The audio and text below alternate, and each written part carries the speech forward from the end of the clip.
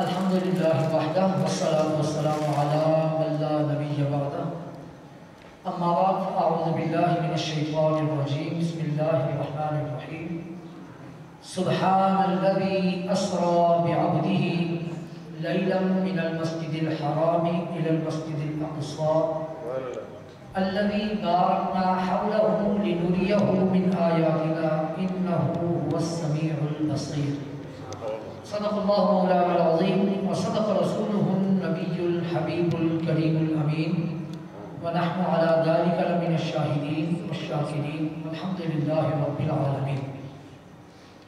قابل صد احترام بلکہ واجب ہزار ہے احترام خطیب جامع مسجد حاضہ حضرت علامہ مولانا محمد حنیف فیضی صاحب رحمۃ اللہ علیہ قدسیہ ثنا خان علی مصطفیٰ خصوصاً محترم جناب محبوب اتاری صاحب، میرے سامنے موجود میرے بزرگوں، اس مسجد کے نمازیوں، حاضرین محفل اور جہاں تک میری آواز جا رہی ہے، السلام علیکم ورحمۃ اللہ وبرکاتہ.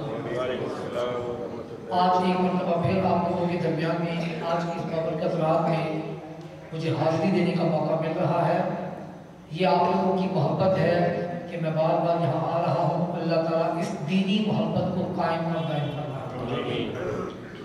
آج کی بابرکت رات کو شب معراج کے نام سے جانا جاتا ہے. اس رات پیارے آقا نے اللہ رب العزت سے ملاقات کی، عروج اور ترقی کا سفر طے کیا. اسی عروج کے سفر کی وجہ سے اس کو معراج کا معجزہ کہا جاتا ہے. اور یہ معجزہ وہ بابرکت معجزہ ہے جو کسی اور نبی کو نہیں ملا. بلکہ اگر میں یہ کہوں کہ باقی نبی چاہتے تھے پھر بھی نہیں ملا، اور پیارے آقا آرام فرما رہے تھے اور آپ کو مل گیا، تو یہ آپ کا وہ عظیم معجزہ ہے جس کا انکار گناہ کبیرہ ہے. اور پیارے آقا کا یہ وہ معجزہ ہے کہ جس کا ذکر قرآن میں بھی موجود اور احادیث میں بھی موجود. ایک بات پہلے کلیئر کر دوں کہ اکثر لوگ یہ کہتے ہیں کہ اس واقعہ معراج کو تو عقل تسلیم نہیں کرتی، جو باتیں بتائی جاتی ہیں وہ عقل قبول نہیں کرتی. تو سب سے بڑا ثبوت اس کے معجزہ ہونے کا یہی تو ہے کہ عقل قبول نہیں کر رہی. اگر عقل قبول کر لے تو پھر وہ معجزہ ہی کیسا ہے. اگر میں کوئی ایسی بات کہوں جو آپ کی عقل قبول کر لے تو پھر وہ معجزہ نہیں کہلائے گی. میں ایسی باتیں آپ کو بتاؤں جو پیارے آقا کی ہوں جو عقل قبول نہ کرے اور پیارے آقا نے کیا ہو تبھی تو اس کو معجزہ کہیں گے. تو بہرحال انشاءاللہ اس معجزہ کے چند ایک نکات آپ کے سامنے پیش کروں گا.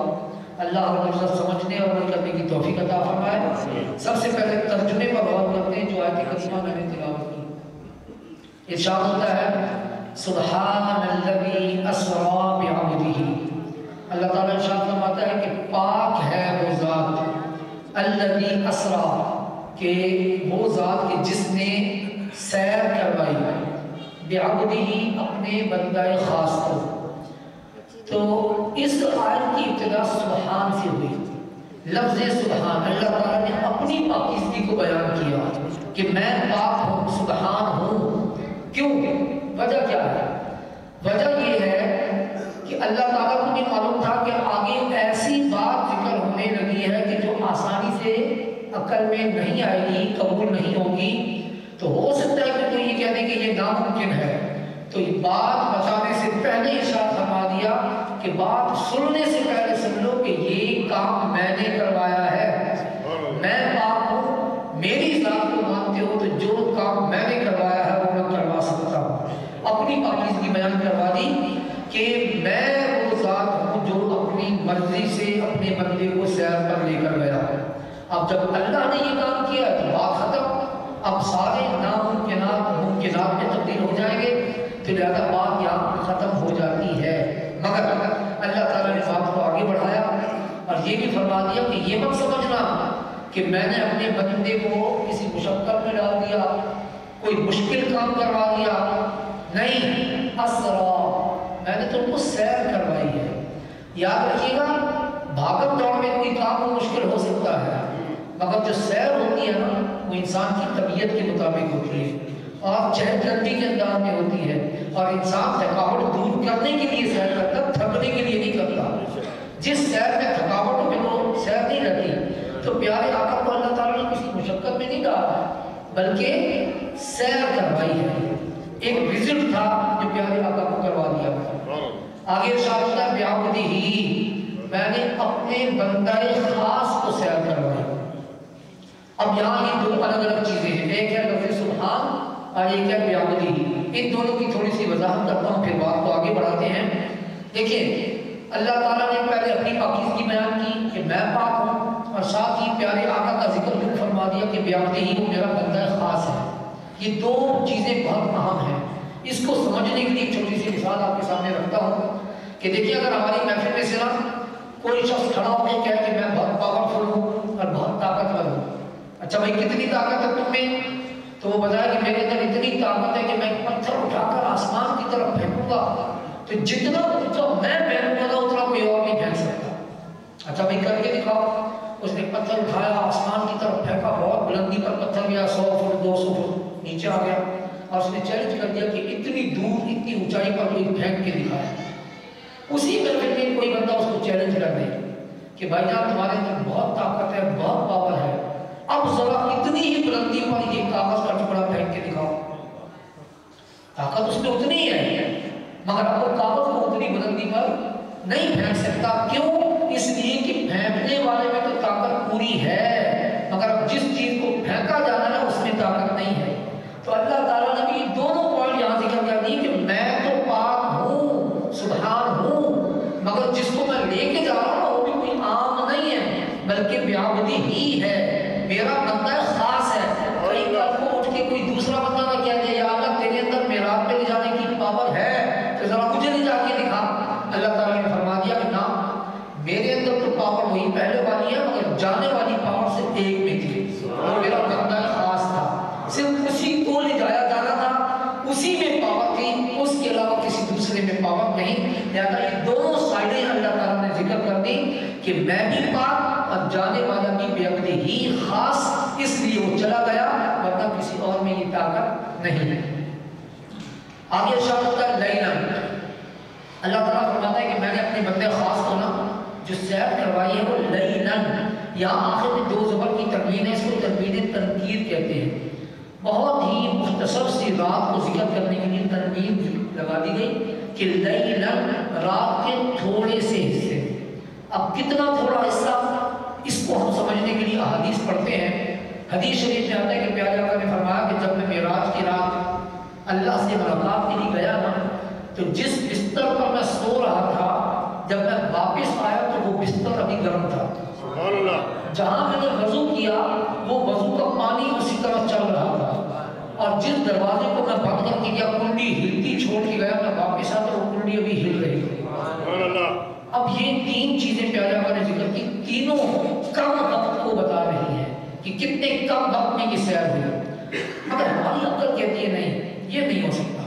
ایک محبوب اور غیب کی ملاقات ہو اور اتنے چند سیکنڈ کی، یہ کیسے ہو سکتا ہے کہ پیارے آقا اللہ سے ملنے جا رہے ہیں، اللہ تعالیٰ نے کسی نبی کو یہ معجزہ نہیں دیا، پیارے آقا کو اپنے پاس بلایا ہو اور چند سیکنڈ میں واپس بھیج دیا ہو، ایسا ہو سکتا ہے؟ نہیں۔ جب ہم مشاہدہ کرتے ہیں تو ہمیں پتہ چلتا ہے پیارے آقا نے یہ بھی ایک موقع پہ فرمایا کہ میں مسجد حرام سے مسجد اقصیٰ کے قرآن میں بھی موجود ہے، پھر مسجد اقصیٰ سے میں نے عالم بالا کا سفر کیا، ایک ایک آسمان پہ نبیوں سے ملاقاتیں ہو رہی ہیں، اور ظاہری بات ہے وہ ملاقاتیں بھی اچھی خاصی میٹنگ کی حیثیت رکھتی ہیں، میٹنگ ہو رہی ہیں، ملاقاتیں ہو رہی ہیں، پھر اس کے بعد جنت دوزخ کے مشاہدات ہو رہے ہیں، فرشتوں سے میٹنگ ہو رہی ہے، سدرہ کا مقام آتا ہے وہاں جبرائیل امین سے تکلم ہو رہا ہے، پھر اللہ تعالیٰ سے باتیں ہوئیں اور پتہ نہیں کتنی باتیں ہوئیں، کتنے اللہ تعالیٰ سے تبرکات لیے ہوں گے، نماز کے تحفے بھی لیے، اور پھر ایک واقعے میں یہ بھی آتا ہے کہ آگے چل کے ذکر کروں گا، بھی ہمارے محبوب صاحب نعت خان بھی بیان کر رہے تھے کہ نمازیں کم کرنے کے لیے بھی بار بار جانا پڑا، اور پیارے آقا جب واپس تشریف لائے بالکل کنڈی ہل رہی ہے، بستر گرم ہے، پانی چل رہا ہے، اتنا کم ہے نہیں، وقت زیادہ لگا ہوگا، ہمیں دکھائی کم دے رہا ہے۔ تو ایک حدیث میں آتا ہے، اس کے مشاہدے کے بعد علماء کرام نے ذکر کیا کہ واقعہ معراج میں کم از کم 18,000 سال کا وقت خرچ ہوا، 18,000 سال کا وقت لگا۔ آج کل کے دور میں جتنے ہمارے یہ شمسی سال ہے نا 12 مہینوں کے، اس طرح کے 18,000 سال مگر یہاں وقت کم لگا، کیوں بھائی اس کی کیا وجہ ہے؟ تو اس کے لیے ہمیں اعلیٰ حضرت سے مدد دینی پڑے گی۔ اعلیٰ حضرت ایک شعر میں فرماتے ہیں جان ہے وہ جہان کی، جان ہے تو وہ جہان ہے۔ کیا مطلب؟ پیارے آقا اس دنیا کی جان ہے، جب پیارے آقا اس دنیا سے عالم بالا کی طرف گئے گویا کہ دنیا کی جان نکل گئی۔ اب ایک مثال دیتا ہوں، دیکھیں دنیا میں ہمارے پاس گھڑیاں ہوتی ہیں نا، ان کا سیل نکالتے ہیں تو یہ رک جاتی ہے، اور 1 سال بعد کی سیل ڈالو نا تو یہ وہیں سے چلتی ہے، یہ گھڑی رکی رہتی ہے۔ گھڑی کا سیل گھڑی کی جان ہوتا ہے، وہ نکالتے گھڑی رک جائے گی، اور جب 1 سال کے بعد سیل ڈالو گی وہ وہیں سے چلے گی۔ تو گویا کہ معراج کی رات پیارے آقا عالم بالا کی طرف گئے، دنیا کی جان نکل گئی، اور جب پیارے آقا واپس آئے تو وہیں سے گھڑی چلی جہاں رکی تھی، بستر بھی اتنا ہی گرم تھا، پانی وہیں تک بہا تھا، اور کنڈی وہیں تک ہلی تھی، وہیں سے آگے کنٹینیو ہوا۔ ہمیں لگا کہ شاید چند سیکنڈ میں ہوا، جبکہ 18,000 سال پیارے آقا عالم بالا کی سیر کر کے واپس تشریف لائے۔ اچھا آگے کیا ارشاد ہوتا ہے؟ لیلاً آگے تک من المسجد الحرام الى المسجد الاقصی، یہ پیارے آقا کے معراج کی ایک چھوٹی سی ڈسٹینیشن بتائی گئی ہے کہ سفر مسجد حرام سے شروع ہوا اور مسجد اقصی تک، یہاں تک جو 15ویں سپارے میں ذکر ہے۔ پھر اس کے بعد آگے 27ویں پارے میں عالم بالا کی سیر کا تھوڑا سا ذکر ہے، مگر زیادہ وضاحت جو احادیث میں ملتی ہے، قرآن میں زیادہ وضاحت موجود نہیں ہے، مگر یہ مسجد حرام سے مسجد اقصی تک کا جو ذکر ہے نا، یہ 15ویں سپارے میں موجود ہے۔ اب یہاں ایک بات ذہن میں آتی ہے کہ پیارے آقا نے تو جانا تھا عالم بالا کی طرف، تو یہ مسجد حرام سے مسجد اقصی زمینی سفر پہلے کروایا گیا، پھر وہاں سے عالم بالا کا سفر ہوا، تو کیا وہاں سے کوئی گیٹ کھلتا ہے یا وہاں سے کوئی سیڑھی لگی ہوئی ہے؟ یہاں سے بھی تو پیارے آقا جا سکتے تھے نا ڈائریکٹ، مسجد حرام سے ڈائریکٹ چلے جاتے اللہ کی ملاقات کے لیے۔ پہلے زمینی سفر کروایا گیا، مسجد اقصی لے جایا گیا، وہاں سے اوپر، یا اللہ اس کی کیا وجہ ہے؟ یہ مسجد حرام سے مسجد اقصی تک کا جو اضافی سفر کروایا گیا، اس کی بھی تو کوئی حکمت ہوگی، کوئی وجہ ہوگی۔ جب کروانی معراج ہے، تو نے اپنی ملاقات کروانی ہے تو ڈائریکٹ بلا دے، یہ مسجد اقصی لے جانے میں کیا حکمت ہے؟ تو اللہ تعالیٰ نے اس کی حکمت قرآن میں بیان کر دی۔ ارشاد ہوتا ہے میں مسجد اقصی کیوں لے گیا؟ من المسجد الحرام الى المسجد الاقصی الذی بارکنا حولہ، کیا مسجد اقصی اس لیے لے کر گئے کہ مسجد اقصی کے چاروں طرف برکتیں ہی برکتیں ہیں۔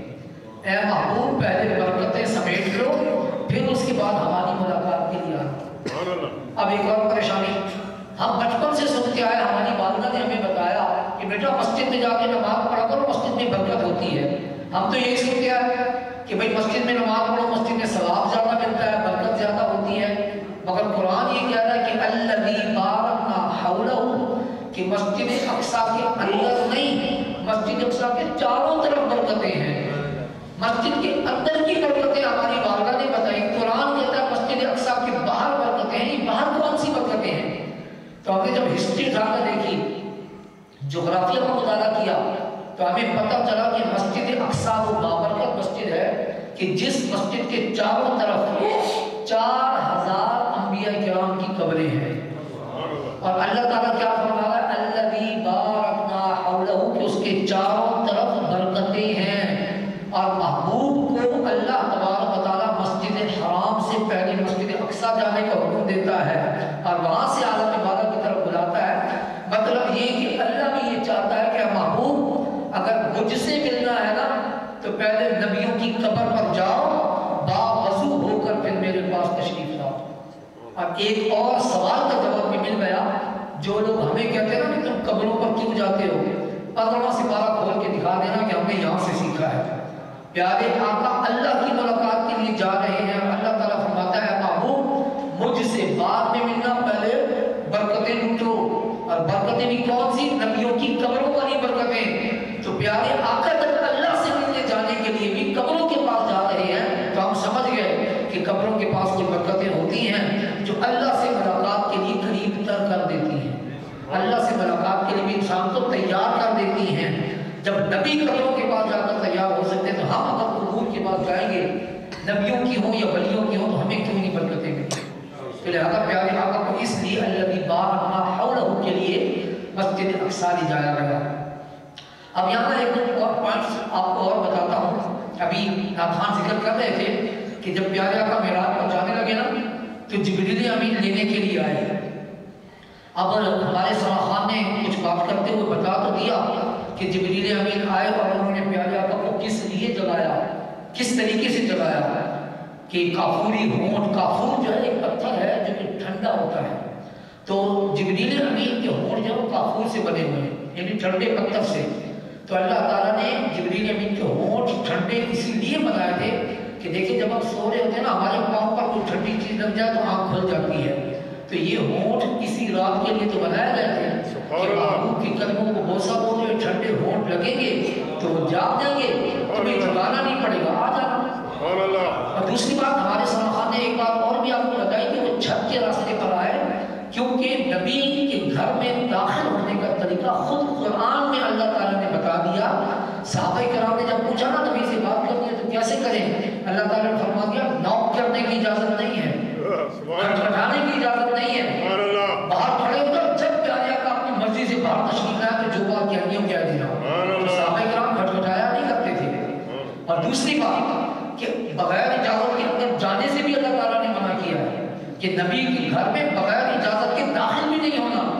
اب یہاں معراج کی رات کیا ہوا کہ اللہ تعالیٰ نے پیارے محبوب کے دل میں یہ ڈال دیا کہ آج میں اپنی پھوپھی سے ملنے جاتا ہوں. آپ ام ہانی اپنی پھوپھی کے گھر میں تشریف لے گئے اور وہاں جا کر آپ نے وہیں آرام فرمایا.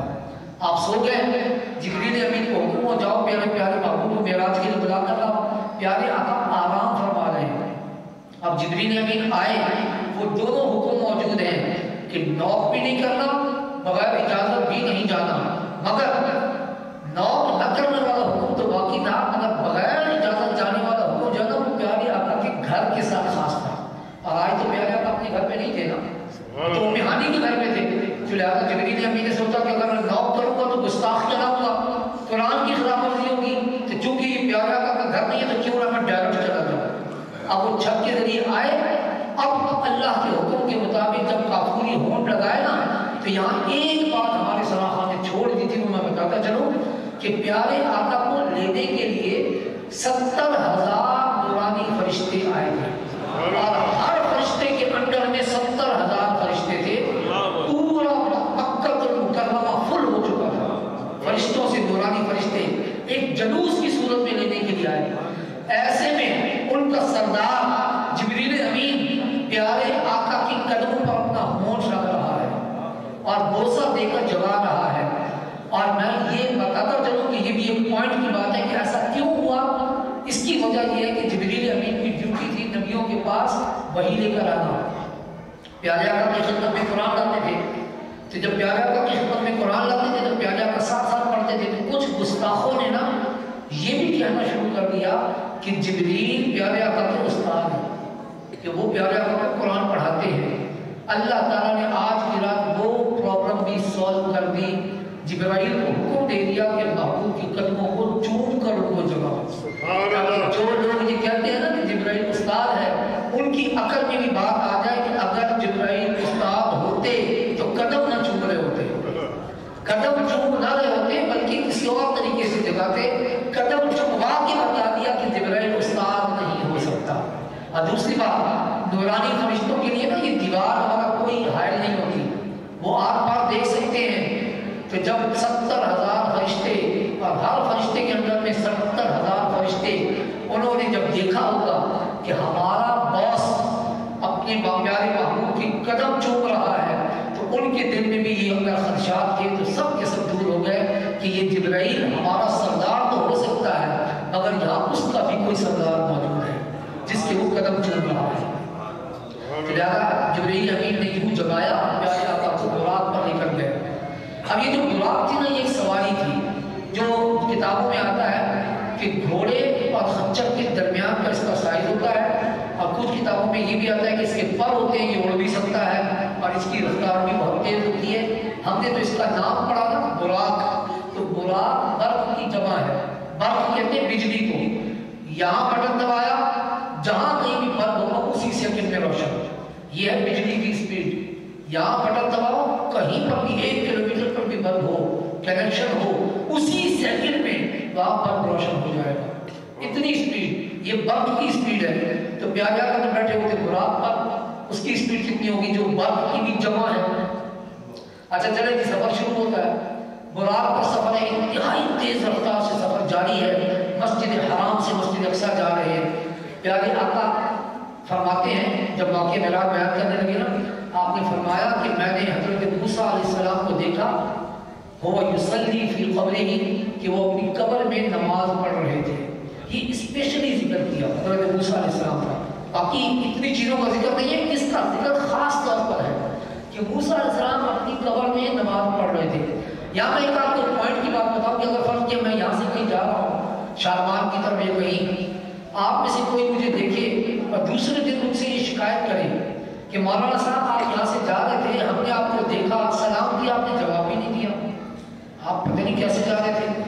تو میں ان کو کیا جواب دوں؟ میں کہوں بھائی میں ذرا تیزی میں تھا، جلدی میں تھا، مجھے کوئی کام تھا، میرا دھیان نہیں گیا، میں آپ کو دیکھ نہیں سکا، اس وجہ سے میں نے آپ کو جواب نہیں دیا. یہ معقول جواب ہے. مگر یہاں بھی ایک سوال ہے کہ میں کتنی اسپیڈ سے جا رہا تھا، چاہے جتنی بھی اسپیڈ سے تھا مجھے آپ کو جواب دینا چاہیے تھا. بہرحال میں جس اسپیڈ سے بھی تھا آپ نے بھی اس کو عذر سمجھا کہ ہاں بھائی جلدی میں ہوگا، جواب نہیں دیا. مگر پیارے آقا خود فرما رہے کہ میں براق پر تھا. اور توجہ کا عالم دیکھیں کہ آپ یہ فرماتے ہیں کہ میں براق پر تھا، انتہائی تیز اسپیڈ سے تھا، اس کے باوجود میں نے موسیٰ علیہ السلام کو ان کی قبر میں نماز پڑھتے ہوئے دیکھا اور پہچانا بھی صحیح کہ وہ موسیٰ علیہ السلام ہے. آپ اندازہ لگائیں پیارے آقا کی عقل کتنی بلند اور بڑا ہے کہ آپ انتہائی تیز اسپیڈ براق پر بیٹھے ہوئے بھی قبر کے اندر نماز پڑھنے والے حضرت موسیٰ علیہ السلام کو پہچان گئے. سبحان اللہ. اب آگے کا سفر ہوتا ہے، آپ مسجد اقصیٰ میں پہنچتے ہیں. مسجد اقصیٰ میں ایک انبیاء کرام کا جلسہ منعقد ہے، تمام انبیاء کرام موجود ہیں اور پیارے آقا کو جبریل امین ہاتھ پکڑ کے آگے کھڑا کرتے ہیں اور کہتے ہیں کہ آپ ان کو جماعت کروائیے. سارے انبیاء کرام پیچھے اور پیارے آقا امامت کروا رہے ہیں. اس میں کیا حکمت ہے کہ انبیاء کرام نے پیارے آقا کے پیچھے نماز کیوں پڑھی، اس کی کیا وجہ ہے؟ تو اس کی وجہ میں آپ کو بتاتا چلوں. مجھے یاد پڑتا ہے کہ میں نے ربیع الاول کی رات میں یہ پوائنٹ آپ کو بتایا تھا. آج پھر تھوڑا سا دوہرا دیتا ہوں تاکہ آپ کی یادداشت تازہ ہو جائے کہ میلاد میں نے ذکر کیا کہ اللہ تعالیٰ نے عالم ارواح میں انبیاء کرام کی روحوں سے یہ وعدہ کیا تھا کہ جب میرا محبوب آئے تو تم نے ان کی مدد بھی کرنی ہے اور ان پر ایمان بھی لانا ہے. تو انبیاء کرام نے یہ وعدہ کیا تھا کہ ہم اپنے بعد آنے والے نبی آخر الزمان کی مدد بھی کریں گے اور ان پر ایمان بھی لائیں گے. یہ نبیوں نے وعدہ کیا تھا، نبیوں کا وعدہ جھوٹا نہیں ہوتا، نبی وعدہ کر چکے تھے. تو اللہ تعالیٰ نے یہ وعدہ کیسے پورا کروایا؟ کیونکہ جو بعد میں نبی آئے گا اس پر ایمان کیسے لایا جائے گا؟ تو ایمان لانے کے لیے اللہ تعالیٰ نے معراج کی رات تمام انبیاء کرام کو پیچھے کھڑا کر کے نبی آخر الزمان کو امام بنا دیا. کیوں؟ اس لیے کہ جب نبی ان کو نماز پڑھائیں گے نا تو پچھلوں کا اس آگے والے امام کے ساتھ ایمان کے حوالے سے ایک ہونا ضروری ہے. نعرہ تکبیر، نعرہ رسالت، نعرہ حیدری. اگر نبی پیارے آقا پر ایمان نہ لاتے تو ان کے پیچھے تو نماز ہی نہ ہوتی. تو لہذا سارے نبی پیارے آقا پر ایمان لائے اور پیارے آقا کی ابتدا میں نماز پڑھی اور جو وعدہ وہ اللہ سے کر کے آئے تھے وہ وعدہ پورا کر دکھا دیا. تو نبیوں کو وعدہ پورا کروانے کے لیے یہ جماعت کروائی گئی. اب اس کے بعد یہاں پر بھی پیارے آقا نے اسپیشلی حضرت موسیٰ علیہ السلام کا ذکر کیا کہ اس جماعت میں موسیٰ علیہ السلام بھی موجود تھے. پھر اس کے بعد عالم بالا کا سفر شروع ہوتا ہے.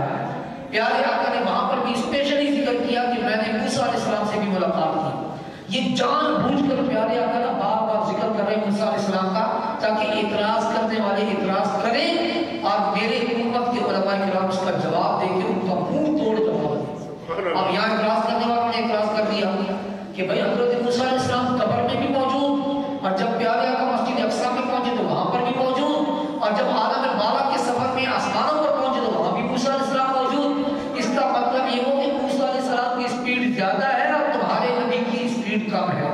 یہ اعتراض کرنے والے اعتراض کرتے ہیں کہ پیارے آقا کی اسپیڈ کم ہے جبکہ موسیٰ علیہ السلام کی اسپیڈ تیز ہے اور زیادہ ہے، لہذا ان کا مقام زیادہ ہوا.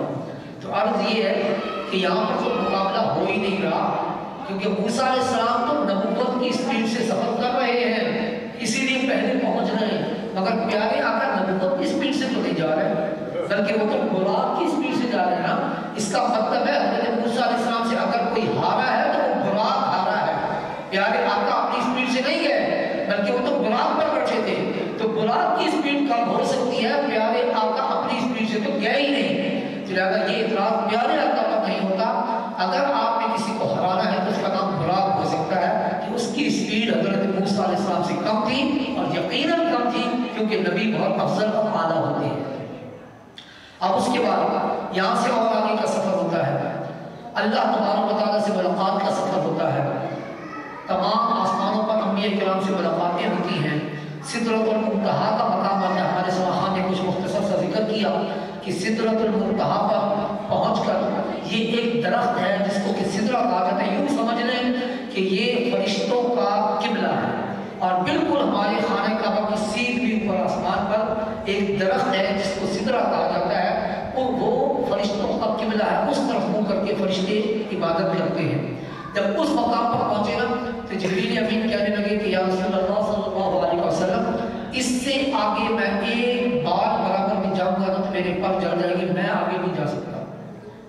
یہ جبریل امین نے عرض کی کہ یا رسول اللہ اب آگے کا سفر آپ کو اکیلے کرنا ہوگا، میں نہیں جا سکتا۔ یہاں حدیث میں یہ واقعہ موجود ہے کہ جبرائیل نے یہ کہا کہ میں نہیں جا سکتا، کسی جگہ یہ موجود نہیں ہے کہ جبرائیل نے یہ کہا ہو کہ یا رسول اللہ یہاں سے آگے کوئی نہیں جا سکتا، یہ نہیں کہا، یہ کہا کہ میں نہیں جا سکتا۔ آپ جا سکتے ہیں، آپ بالکل جائیے، کیوں؟ کیونکہ جبریل امین کا یہ عقیدہ تھا کہ میں حضور جیسا نہیں ہوں اور حضور مجھ جیسے نہیں ہیں، میں ان کی برابری نہیں کر سکتا، وہ آگے جا سکتے ہیں، میں آگے نہیں جا سکتا۔ اب جب یہ عقیدہ جبرائیل کو سمجھ میں آ گیا، اب ایک اور عقیدہ آپ کو بتاتا ہوں کہ آج کل کچھ لوگ یہ کہتے ہیں کہ پیارے آقا ہم ایک جیسے، ان کے بھی ہاتھ ہیں ہمارے بھی ہاتھ ہیں، ان کی بھی آنکھیں ہماری بھی آنکھیں، وہ بھی چلتے ہیں ہم بھی چلتے ہیں، وہ بھی شادی کرتے ہیں، اس طرح کی باتیں کرتے ہیں، یعنی پیارے آقا کو اپنے آپ کو ایک لیول پہ لانے کی کوشش کرتے ہیں۔ جب وہ یہ عقیدہ لیتے ہیں اور پھر اس کے بعد ان کی موت واقع ہوتی ہے، تو جب اسرائیل روح قبض کرنے آتا ہوگا تو وہ دل میں یہ تو سوچتا ہوگا نا کہ یہ جو بندہ ہے اس کا عقیدہ اور میرے سردار کا عقیدہ بالکل اپوزٹ ہے، اور اگر کسی ہم جیسے سنی کے پاس آتا ہوگا روح قبض کرنے، جو ساری زندگی یہ کہتے ہیں کہ ہم حضور جیسے نہیں ہیں، حضور ہم سے افضل و اعلیٰ ہیں، افضل البشر ہیں، تو ہماری روح قبض کرتے ہوگا کہ کم از کم کچھ نہ کچھ ڈسکاؤنٹ تو دے گا نا کہ ان کا عقیدہ اور ہمارا عقیدہ ایک جیسا ہے۔ مگر جب ان کے پاس جاتا ہوگا تو پھر پچھلی ساری کسریں نکالتا ہوگا، تو یہ عقیدہ رکھتا تھا، تو پھر وہ کیا سلوک کرتا ہوگا یہ ہمیں سوچ لینا چاہیے۔ دوبارہ یہ پوائنٹ کو چھوڑ گئے تھے، میں نے ذکر کر دیا کہ جبریل امین کا یہ عقیدہ ہے کہ آگے آپ تو جا سکتے ہیں، میں نہیں جا سکتا۔ اچھا یہاں ایک اور بھی بتاتا چلو کہ پیارے آقا کو جب معراج پر لے جایا گیا تو وہاں پر پیارے آقا کو ایک جبہ پہنایا گیا تھا، جبریل امین ایک جبہ لے کر آئے تھے جنت سے، جبہ لے کر آئے تھے جو پیارے آقا کو پہنایا گیا، اور وہ جبہ جنت سے بن کر آیا تھا، اس کو کسی قسم کی کوئی جلن یا کوئی ایسی چیز نہیں ہوئی، جیسے جبریل امین فرما رہا ہے کہ میرے نورانی پاک جل جائیں گے، وہ نورانی جبہ جو تھا وہ نہیں جلا، وہ بالکل ٹھیک ٹھاک تھا۔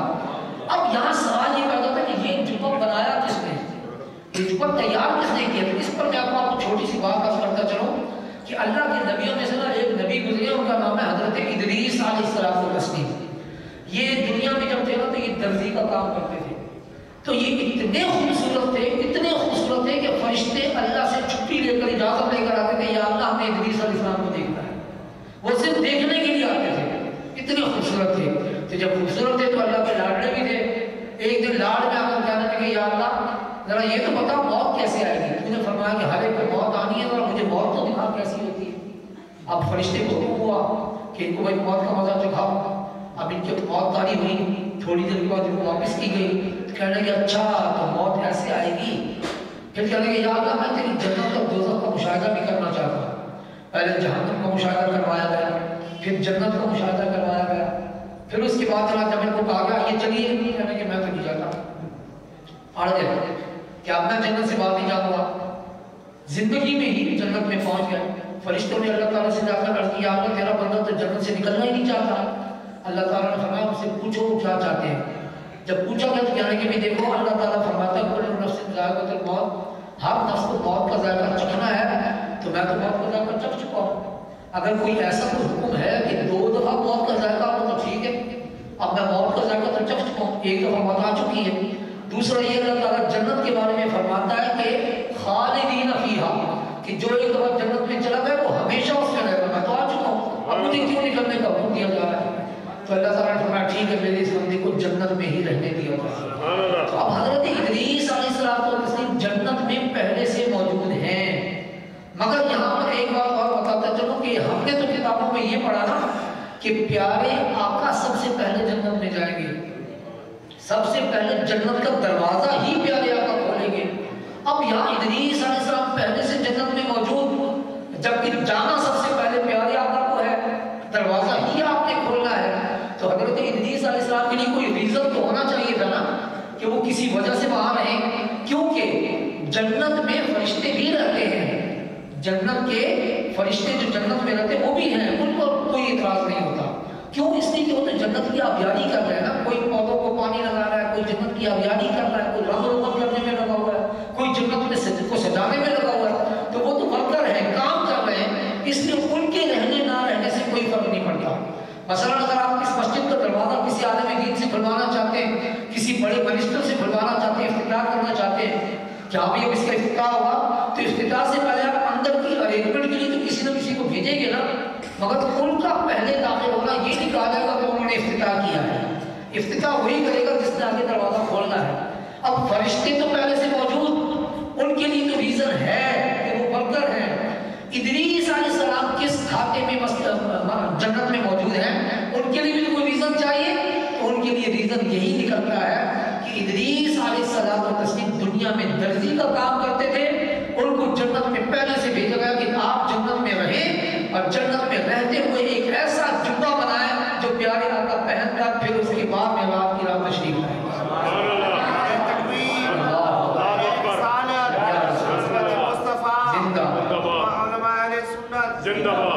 مطلب یہ کہ وہ جو جبہ آیا تھا نا وہ کس نے بنایا؟ جس کو جبہ بنانا آتا تھا, جس کو جبہ بنانا آتا تھا وہ جنت میں ایک ہی بندہ تھا, وہ حضرت ادریس علیہ السلام تھے. اب ان کی جنت میں پہلے سے جانے اور رہنے کا ریزن بھی ہماری سمجھ میں آ گیا. اب پیارے آقا اللہ کی ملاقات کے لیے تشریف لے گئے, اللہ سے ملاقات کی, وہاں سے جا کر آپ نے اللہ تعالیٰ کو, جیسے آپ کسی کے پاس ملنے جاتے ہیں تو تحفے لے کے جاتے ہیں, تو اللہ تعالیٰ کی بارگاہ میں حاضر ہوئی. اللہ تعالیٰ نے پوچھا میرے لیے کیا لائے ہو؟ تو آپ نے فرمایا التحیات للہ والصلوات والطیبات. یہ 3 تحفے پیارے آقا نے اللہ تعالیٰ کی بارگاہ میں اپنی طرف سے تمام امت کی طرف سے پیش کیا. اللہ ہماری قولی, فعلی, بدنی ہر قسم کی عبادتیں تیرے لیے. اب اس کے بدلے میں اللہ تعالیٰ نے بھی تحفے دیے. السلام علیکہ ایھا النبی ورحمۃ اللہ وبرکاتہ. سلام, رحمت اور برکت, یہ 3 تحفے اللہ تعالیٰ نے دیے. اب بچپن میں جب ہم گاؤں دیہات میں ہوا کرتے تھے, علامہ فیضی صاحب بھی گاؤں دیہات کے ہی ہیں, تو گاؤں دیہات میں جب کوئی خیرات وغیرہ تقسیم ہوتی ہے, کچھ چاول بانٹنے ہوتے ہیں, تو اکثر اپنے بچوں کو دیکھا ہے کہ وہ لے کے جاتے 2 برتن. ہاں جی یہ میرا ہے, یہ میری بہن کا ہے. وہ دوسرے برتن میں بھی چاول وغیرہ ڈلوا لیتے ہیں. تو یہ ایک طریقہ ہے لینے کا کہ بہن کا نام لے کر یا ماں کا نام لے کر اضافی چیز دے دینی. تو اب جب اللہ تعالیٰ نے امت کے لیے پیارے آقا کے لیے تحفے دیے نا, السلام علیکہ ایھا النبی ورحمۃ اللہ وبرکاتہ, پیارے آقا نے ساتھ ہی دوسرا برتن آگے کر دیا, السلام علینا وعلی عباد اللہ الصالحین. یا آپ بھی سلام کیا, میری امت کے نیک لوگوں پر بھی سلام کیا. یعنی یہ خیرات صرف نبیوں کے لیے نہ ہو, میری امت کے صلحاء کے لیے بھی یہ عطا فرمائے. اب اگر اس رحمت, برکت اور سلامتی کو حاصل کرنا ہے نا تو صرف ایک کام کرنا پڑے گا, صلحاء میں شامل ہو جائیں, نیک ہو جائیں. یہ تینوں چیزیں جو معراج کی رات ملی یہ آپ کو مل جائیں. تو پیارے آقا نے اپنی امت کو اس موقع پر بھی یاد رکھا جب تمام نبیوں کے لیے رحمت, برکت اور سلام کا اعلان ہو رہا تھا, اس موقع پر یہ چیز اپنی امت کے لیے بھی مانگ لی. اچھا اس کے علاوہ بھی تحفے ملے. کتابوں میں آتا ہے کہ 50 نمازیں 6 ماہ کے روزے پیارے آقا کو دیے گئے امت کے لیے. پیارے آقا یہ تحفے لے کر تشریف لا رہے ہیں. حضرت موسیٰ علیہ السلام کے پاس جب پہنچے نا تو حضرت موسیٰ علیہ السلام نے پوچھا امت کے لیے کیا تحفے لا رہے ہیں؟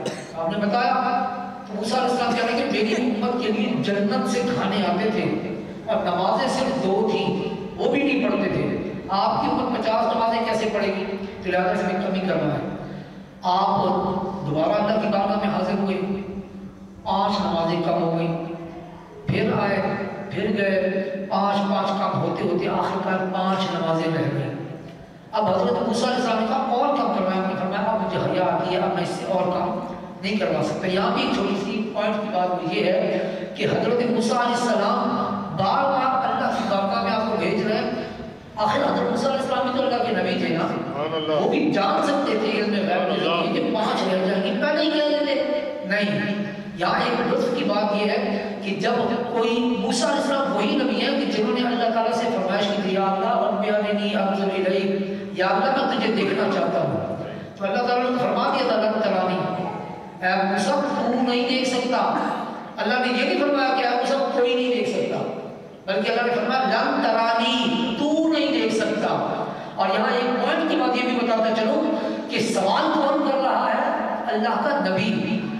نبی نے جو سوال کیا، اگر کوئی یہ کہے کہ ایک ناممکن چیز کا سوال کر دیا تو یہ نبی پر تہمت ہوگی، کیونکہ ناممکن چیز کا سوال کوئی عقل مند نہیں کرتا. مطلب یہ کہ کوئی اگر یہ کہے کہ نبی نے غلط سوال کیا، مطلب یہ نبی پر وہ بہتان باندھ رہا ہے، نبی پر تہمت لگا رہا ہے، ان کی عقل پر تہمت لگا رہا ہے. نبی نے سوال صحیح کیا اور اللہ نے بھی فرما دیا لن ترانی، تو نہیں دیکھ سکتا. مطلب کوئی اور آئے گا جو دیکھے گا.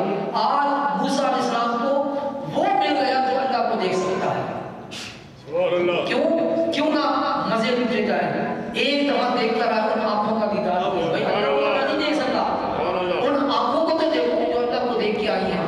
دل نہیں بھرا، ایک مرتبہ پھر بھیجا، پھر دیکھ کر آئے تاکہ میں آپ کی آنکھیں دیکھوں، پھر دیکھ کر آئے تاکہ میں آپ کی آنکھیں دیکھوں. پیارے آقا بھی بار بار جاوے 9 دفعہ پیارے آقا تشریف لے گئے. تکبیر، نعرہ رسالت، نعرہ حیدری، نعرہ غوثیہ، علماء اہل سنت زندہ باد. 9 بار پیارے آقا تشریف لے گئے. اور مزے کی بات یہ ہے کہ ایک مرتبہ انویٹیشن اللہ کی طرف سے تھا، 9 مرتبہ پیارے آقا اپنی مرضی سے گئے تھے. مطلب یہ تھا کہ کوئی یہ نہ کہے کہ اللہ نے بلایا تھا تو گئے تھے. مطلب یہ کہ وہ تو پیارے آقا کے آنے جانے کی جگہ تھی، جب جی چاہے چلے جائیں. تو جب جی چاہے جا سکتے تو کیا جب جی چاہے ہمیں بخشوا نہیں سکتے؟ تو لہٰذا یہ تو پیارے آقا نے اپنی سورس کو استعمال کیا کہ پہلے اللہ کے بلانے پر جا رہے تھے، اب اپنی مرضی سے گئے. اور ایک مرتبہ بھی نہیں، 9 مرتبہ گئے. اچھا جی نمازیں کم ہو گئی. اب یہاں ایک عقیدے کی بات آپ کو بتاتا چلوں کہ اکثر لوگ یہ کہتے ہیں کہ جو لوگ دنیا سے چلے جاتے ہیں نا وہ کوئی فائدہ نہیں دے سکتے، وہ مرنے کے بعد کوئی فائدہ نہیں دے سکتے، زیادہ ان کا ذکر بھی نہ کیا کرو. وہ مر گئے اور مٹی میں مل گئے معاذ اللہ. تو اب دیکھیں حضرت موسیٰ علیہ السلام کے بارے میں تو سب جانتے ہیں نا کہ ان کو وفات آئی تھی، انہوں نے موت کا ذائقہ چکھا تھا. تو اب یہ کنفرم کر لو بھائی کہ موسیٰ علیہ السلام کو تم مردہ مانتے ہو یا زندہ؟ اگر زندہ مانتے ہو تو ان کو تو موت آئی ہے، تو لہذا ان کو مردہ کہو گے. اگر مردہ کہو گے تو بتاؤ یہ مدد کس نے کی؟ 50 نمازوں سے کم کر کے 5 نمازیں کس نے کروائی؟ موسیٰ علیہ السلام کو تم مردہ مانتے ہو تو پھر انہوں نے جو مدد کی ہے اس کو نہ مانو. صرف ایک دن یا 2 دن 50 نمازیں پڑھ کے دیکھ لو، سارا مسئلہ سمجھ میں آ جائے. بھائی فجر کی نماز پڑھی، 10 منٹ کے بعد دوسری اذان، دوسری نماز پڑھی تو تیسری اذان، تیسری نماز پڑھی تو بھائی وضو ٹوٹ گیا، وضو کرو، 15 منٹ کے بعد پھر نماز. تو کوئی مولانا صاحب کے گھر سے آ کے پوچھے گا نا مولانا صاحب کہاں ہیں، تو ان کی بیوی جواب دے گی 2.5 مہینے ہو گئے نماز پڑھانے گئے تھے ابھی تک نہیں آئے. تو ایک مسئلہ فوراً سمجھ میں آ جائے گا کہ ہاں بھائی جو دنیا سے چلے جاتے ہیں وہ مدد کر سکتے ہیں یا نہیں کر سکتے. تو حضرت موسیٰ علیہ السلام نے مدد کی یا نہیں کی؟ اور اتنی شاندار مدد کی کہ 50 نمازیں تھیں، ہم پر سے بوجھ ہٹا کے 5 رہ گئی. اور جیسے بھی آپ نے ذکر بھی سنا کہ کچھ لوگ یہ اعتراض کرتے ہیں کہ اللہ تعالیٰ نے تو قرآن میں فرمایا لا تبدیل لکلمات اللہ، کہ اللہ کی بات چینج نہیں ہوتی. یہاں تو ہو گئی کہ اللہ تعالیٰ نے پہلے فرمایا 50 نمازیں، پھر کم کر کے 5 کر دیا، اللہ کی بات تو چینج ہو گئی. جی نہیں، قرآن میں ایک اور جگہ اشارہ ہوتا ہے من جاء بالحسنۃ فلہ عشر امثالھا. کوئی تم میں سے ایک نیکی کرے گا میں اس کو 10 کا ثواب دوں گا. قیامت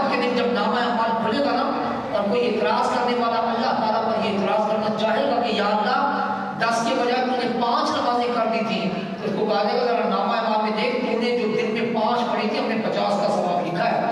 تمہارے پڑھنے کے لیے 5 کی تھی, لکھنے کے لیے ہم 50 ہی لکھ رہے ہیں. اگر شرط یہ کہ ہم 5 تو پڑھیں نا, 5 پڑھیں گے تو 50 کا ثواب ملے گا نا. اسی بات پہ خوش ہو جائے. اور ہمارا ایک بچہ امتحان دینے کے لیے گیا, واپس آیا, ہم نے پوچھا کہ کیسا پیپر ہو, کہنے لگا اتنا آسان پیپر تھا کہ خوشی خوشی میں 3 گھنٹے گزر گئے, میں لکھ ہی نہیں سکتا. تو ایسا بھی نہ ہو کہ خوش ہو ماشاءاللہ 50 سے کم ہو کے 5 رہ گئی, پتہ چلے وہ 5 بھی نہیں پڑھ سکتے. تو 5 پڑھے تو 50 کا ثواب ملے گا. تو لہٰذا یہ حضرت موسیٰ علیہ السلام نے ہم پر بہت بڑی مہربانی کروا دی کہ ہماری نمازیں کم ہو گئیں, 5 رہ گئیں. مگر آج کی اس رات میں نا ہمیں یہ تہیہ کرنا ہے کہ آج نماز کے ملنے کی برتھ ڈے ہے. آج کی رات ہمیں اللہ تعالیٰ کی طرف سے تحفہ ملا ہے. اگر فرض کیا آپ کو کوئی تحفہ لا کے دیتا ہے, آپ کی کسی برتھ ڈے پر یا اینیورسری پر آپ کو تحفہ لا کے دیتا ہے, آپ اس تحفے کو لیتے ہی اس کے سامنے اس کا ریپر پھاڑتے ہیں, ڈبے کو کھولتے ہیں, دیکھنا شروع کر دیتے ہیں کہ کیا ہے. سامنے والے کہے گا انتہائی ندیدہ ہے, تھوڑا انتظار ہی کر دیتا, میرے جانے کا انتظار کر دیتا. آپ نے میرے تحفے کی قدر نہیں کی, فوراً ہی پھاڑنا شروع کر دیا. تو اتنی جلد بازی میں اگر خدا نہ خاصا وہ تحفہ ٹوٹ گیا تو لانے والا آپ پر کیا تاثرات لے کر جائے گا, یہ بھی آپ سوچ لیں.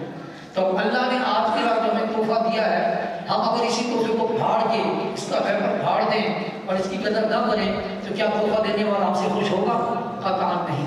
آج کی رات ہمیں یہ تہیہ کرنا ہے کہ اب ہم نے نماز نہیں چھوڑ دی, ہم نمازی بنیں گے اور نماز پڑھیں گے. اچھا, یہ جو نماز ہے نا, یہ ایک خاص تحفہ ہے معراج کا. پیارے کا جب پہلے آسمان پر پہنچے نا تو آپ نے دیکھا کہ فرشتے کھڑے ہو کر اللہ تعالیٰ کی تسبیح بیان کر رہے ہیں. آپ کو یہ کھڑے ہو کر عبادت کرنا بہت پسند آیا. آپ اگلے آسمان پر پہنچے تو وہاں دیکھا فرشتے رکوع کی حالت میں اللہ کی تسبیح بیان کر رہے ہیں. آگے گئے تو سجدے کی حالت میں, کوئی جناب تحیات کی حالت میں اللہ کی تسبیح بیان کر رہا ہے, کوئی ہاتھ اٹھا کر اللہ کی تسبیح بیان کر رہا ہے. الگ الگ طریقوں سے تسبیحات بیان ہو رہی ہے. آپ نے اللہ تعالیٰ سے ریکویسٹ کی, یا اللہ یہ فرشتوں یعنی تیری نورانی مخلوق کا جو عبادت کا طریقہ یہ ہمیں عطا فرما. اللہ تعالیٰ نے تمام فرشتوں کی عبادت کا مجموعہ وہ ہمیں نماز کی صورت میں عطا فرما دیا. اب نورانی فرشتے بھی ہم سے چلتے ہوں گے کہ ہم تو ایک عبادت کر سکتے ہیں, ان کو اللہ تعالیٰ نے ہر فرشتے کی عبادت کا مجموعہ دے دیا ہے. تو بتائیں جب وہ ہم سے جل گئے تو ہمیں اس عبادت کے ملنے پر خوش ہونا چاہیے یا اس عبادت کی ناقدری کرنی چاہیے؟ خوش ہونا چاہیے. لہٰذا اس عبادت کی قدر کب ہوگی کہ جب ہم اس کو پڑھیں اور نماز کو نماز سمجھ کے پڑھیں, قرض سمجھ کے نہ پڑھیں. فرض سمجھ کے پڑھنا ہے, قرض سمجھ کے نہ پڑھیں کہ ہمیں کسی طریقے چکا دو. اگر کسی سے قرض لیا ہوگا تو ہم اس قرض کی فکر کرتے ہیں کہ ہم نے یہ کسی طریقے چکانا ہے, چاہے کہیں سے حلال آئے یا حرام کا قرضہ اتر جائے. تو یہ ہوتا ہے قرضہ چکانا کہ جیسے تیسے کر کے اتارو. اور فرض یہ ہوتا ہے کہ نہیں یہ کام جیسے اپنی بچیوں کی شادی کرنا یہ فرض ہے, اس کے لیے ہم پہلے سے کوشش کرتے ہیں. بچی پیدا ہوتی ہے تو فکس ڈپازٹ جمع ہو جاتا ہے. ہاں بھائی 20 سال کے بعد ہمیں ضرورت پڑنی ہے, اس کے لیے جمع شدہ رقم ہم خرچ کرتے ہیں. کہیں سے چوری لے کے دیا کہ نہیں, مگر قرض اتارنے کے لیے تو ہر قسم کی رقم دے دی جاتی ہے. تو نماز کو بھی فرض سمجھ کے ادا کرنا, قرض سمجھ کر نہیں.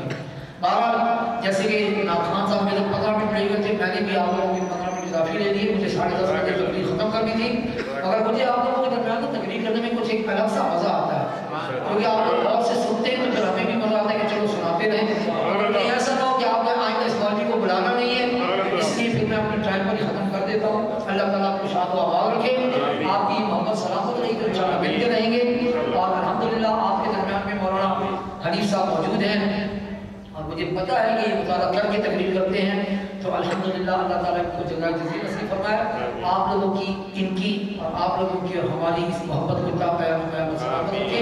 اور ہم کو اللہ تعالیٰ اس معراج کے وسیلے سے معراج کے ملنے والے تحفے نماز کی قدر کرنے کی توفیق عطا فرمائے.